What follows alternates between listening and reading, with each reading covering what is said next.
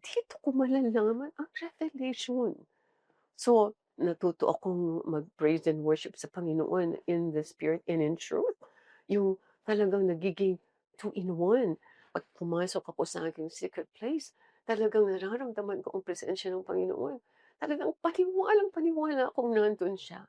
And I would just worship Him with all my heart and soul and mind and strength. Nagbago yung aking mga pag-uugali kasi dati ang daming kasamaan na ginagawa ko, nagsisinungaling, di ako nagsasabit sa asawa ko, napakayabang, mga dami-dami kong kasalanan. So dito sa Bible nakita ko kung papaano talaga magbago dahil lang sa salita ng Diyos, dahil lang sa revelation. Pagkatapos within 1 month after ako na born again, I got healed and it was supernatural. Talagang walang surgery, walang chemotherapy, walang radiation. It was supernatural. Tapos nagpunta lang ako dito sa isang church, tapos itong pastor, nilay hands ako ng anointing oil, tapos napilapol ako, nakuryente ako from the top of my head to the soles of my feet. Tapos wala na yung cancer. Nakakita ko 20/20 vision. Wala na yung excruciating pain na sobrang sakit ang cancer, is pinakamasakit sa lahat. At wala na yung vertigo. So when I went back to see my doctor, yung aking gynecologist and then yung oncologist, yung cancer specialist, sinabi nilang pareho, wala ng cancer. So talagang mysterious, di ba? So nagulat ako, ay, nagpapagaling pala ang Panginoon. Then tinuruan ako ngayon ni Lord through the Word of God kung papaano maalis ako dito sa mga matinding kahirapan.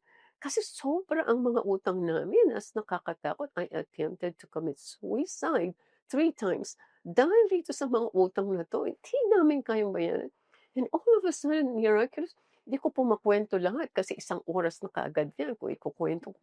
But God did a very special thing na kung saan 'tong mga milyon-milyon 'to ay binigyan kami ng provision ng Panginoon. Dito papasok yung mga anghel. Binigyan kami ng provision ng Panginoon. Nabayaran namin ang lahat ng utang and there was so much left over. I literally became multimillionaire.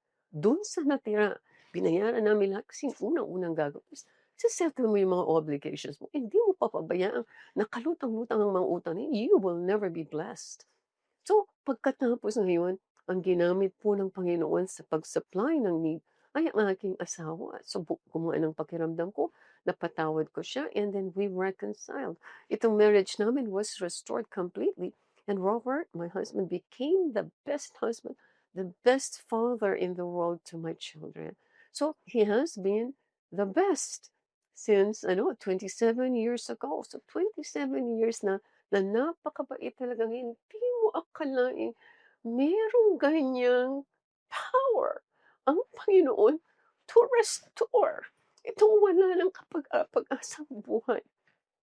Kaya every time po na sine-share ko kasi nare-remember ko yung sobrang paghihirap tapos ganun lang within 3 months mare-restore ang lahat ng area sa aking buhay. As if 180 degrees turnaround.